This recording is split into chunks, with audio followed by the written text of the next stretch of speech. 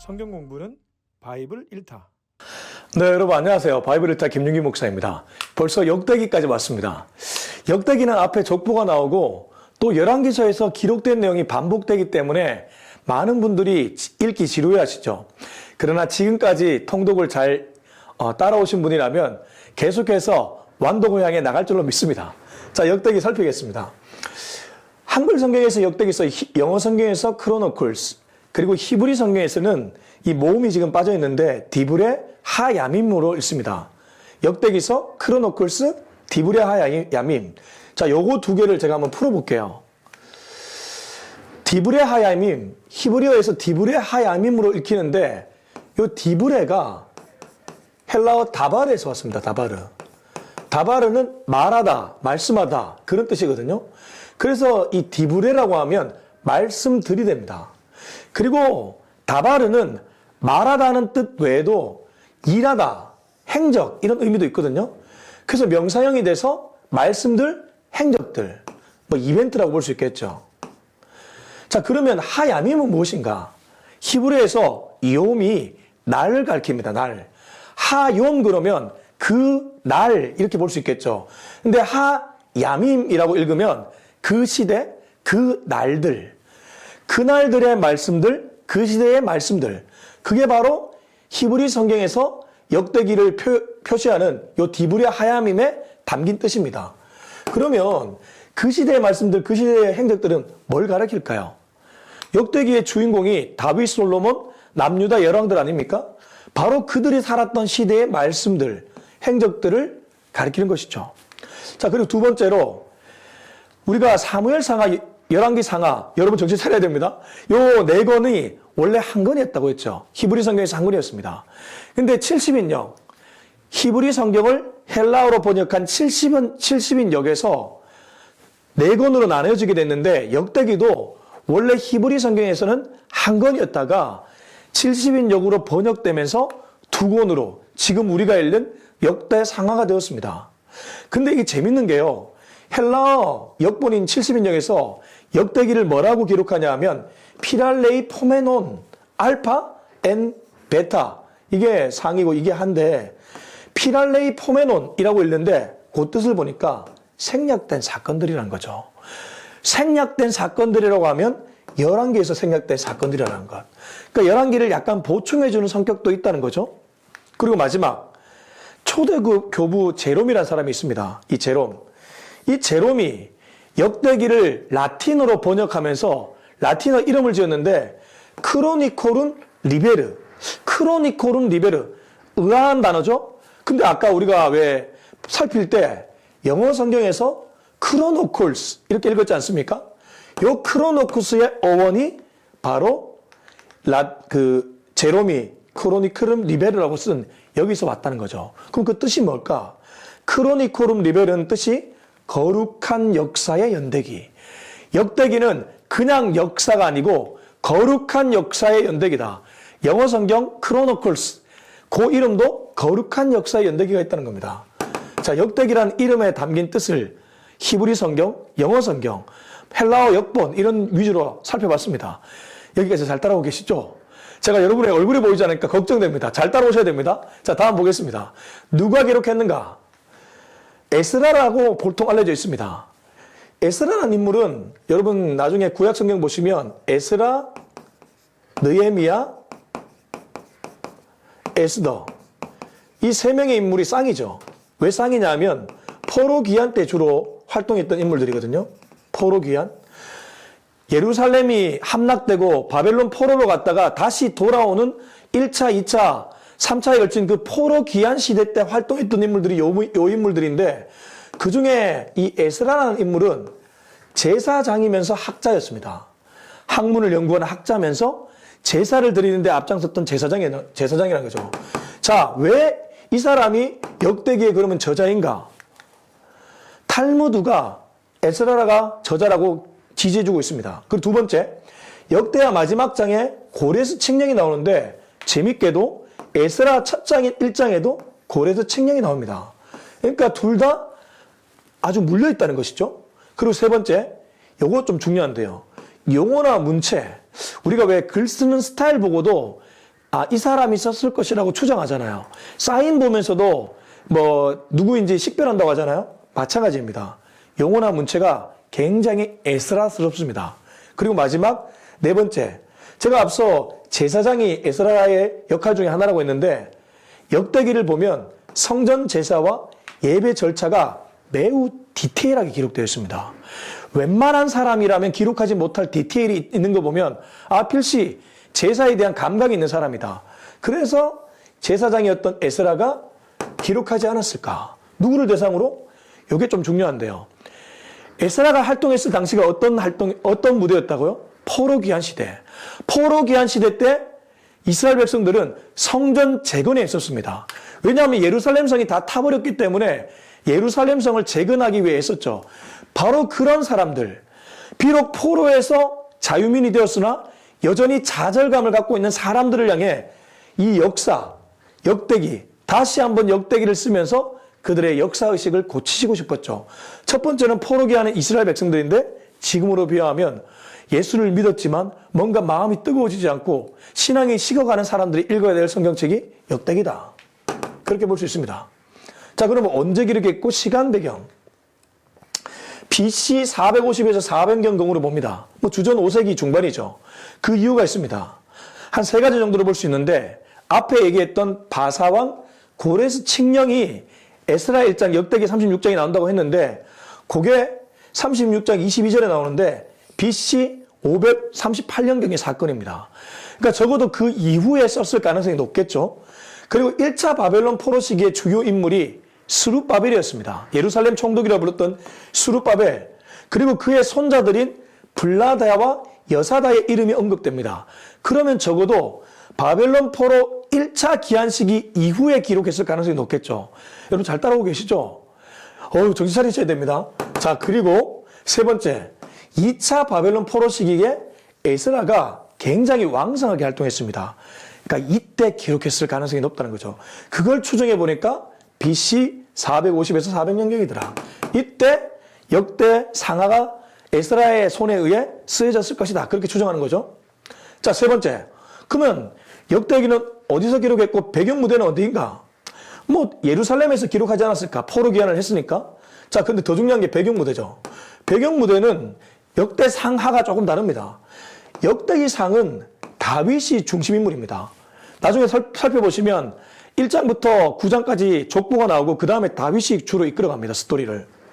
그러니까 다윗이 활동했던 무대가 역대기 상의 주 배경 무대겠죠. 헤브론, 시글락, 예루살렘입니다. 역대기 하는요. 솔로몬과 남유다 왕이 중심입니다. 그렇기 때문에 이들은 주로 예루살렘을 중심으로 활동했거든요. 그러니까 보자면 헤브론 어디 있죠? 여기 있죠. 시글락 어디 있죠? 여기 있죠. 예루살렘 여기 있죠. 역대상은 지역을 좀 배경무대로 삼는다면 역대하는 다소 예루살렘에 좀 국한되어 있다. 이렇게 볼 수 있습니다. 자, 이제 가장 중요한 내용입니다. 역대상하 어떤 내용인가? 제가 쭉 정리해 봤습니다. 첫 번째, 1장에서 9장까지는 족보입니다. 역대상 1장에서 9장. 그 이후에 3명의 통치자들이 나옵니다. 다윗, 솔로몬, 남유다 열왕. 자, 여기 재밌는 게 있죠. 북이스라엘이 없죠. 그렇습니다. 이게 바로 열왕기서와 차이입니다. 열왕기는 북이스라엘 왕들이 나오는데 역대기는 남유다의 왕 중심으로 역사를 기록했습니다. 그래서 다윗, 솔로몬, 남유다 열왕. 좀 세부적으로 보면 다윗이 즉위하면서의 스토리가 10장에서 12장, 다윗의 통치하는 스토리가 13에서 27장, 그리고 다윗의 말년이 28에서 29장입니다. 여기까지가 역대상이죠. 거의 다윗에 가깝죠. 그 다음에 역대하 1장부터 7장은 그 유명한 솔로몬의 성전 건축, 그리고 이스라엘의 전성기라고 볼 수 있죠. 중흥기. 이게 이제 내용이고, 그 다음에 왕국이 분열되죠. 분열되고 나서 이 스토리가 10장에서 11장, 11장에서 36장, 이렇게 보면 어렵지 않겠죠. 내용을 이렇게 살필 수 있습니다. 자, 그래서 이렇게 역대기는 내용이 이렇게 이루어져 있고요. 여기서 우리가 한 가지 중요한 걸 알 수 있는데 열왕기와 달리 남유다 중심적인 것을 다시 한번 볼 수 있습니다. 남유다 중심적이다. 자, 이제 기지개 한번 펼까요? 아휴, 저도 하다 보니까 힘이 들었어요. 자, 그러면 역대기는 어떻게 읽어야 되는가? 역대기는. 우리가 역대기에 대한 선입견이 좀 있습니다. 앞서도 얘기했지만, 아니, 열왕기서에서 이미 이스라엘 열왕들에 대한 기록을 읽었는데 왜 역대기에서 또 읽어야 되는가? 그리고 앞에 족보는 뭔가? 지루하죠. 그래서 굉장히 덮고 싶어지는 성경책 중에 하나입니다. 마치 레위기나 이런 거 읽다가 덮고 싶은 것처럼 역대기가 그렇다는 거죠. 요 고비를 이겨내야 됩니다. 그런데 놀랍게도 이 역대기에 깊은 뜻이 있다는 거예요. 다윗 언약이 사무엘하 7장 8절에서 16절에 나오잖아요. 역대기는 이 다윗 언약과 밀접한 연관이 있습니다. 왜냐하면 역대상의 주인공이 다윗이잖아요. 그 다윗의 스토리를 보자면 하나님이 다윗과 한 약속에 대한 신실함이 역대상에 그대로 묻어져 있습니다. 달리 말해 역대상을 읽는 우리들은 하나님은 정말 신실한데 나는 과연 하나님을 얼마나 신뢰하고 있는가? 우리가 일상에 너무 빠지다 보면 진짜 하나님이 너무 멀게 느껴지고 하나님보다 세상살이에 찌들어서 하나님을 신뢰하지도 못하고 그냥 불신의 삶을 살아갈 때가 많이 있잖아요. 그럴 때 역대상은 내가 얼마나 하나님을 신뢰하고 있는가를 조금 살펴볼 수 있는 그런 성경이다. 그리고 더 중요한 게 있습니다. 성전 예배입니다. 제가 앞서 얘기했던 것과 밀접한 연관이 있는데 이 포로기한 시대 때 활동했던 에스라가 이 성전 재건에 힘쓰다가 지쳐있는 사람들에게 용기를 북돋기 위해 역대상하를 기록했는데 역사의식을 고취시키고 그러다 보니 이 성전에 관련된 얘기를 좀 많이 했습니다. 성전대 관련된 내용이 다수 기록됐다는 거죠. 그래서 역대기에는 성전을 더럽힌 악한 왕이 있는가 하면 성전을 정결케 한 선한 왕이 있습니다. 이러한 눈으로 역대기를 읽으면 역대기가 아주 재밌게 읽힌다는 것이죠. 성전은 무엇입니까? 예배죠, 예배.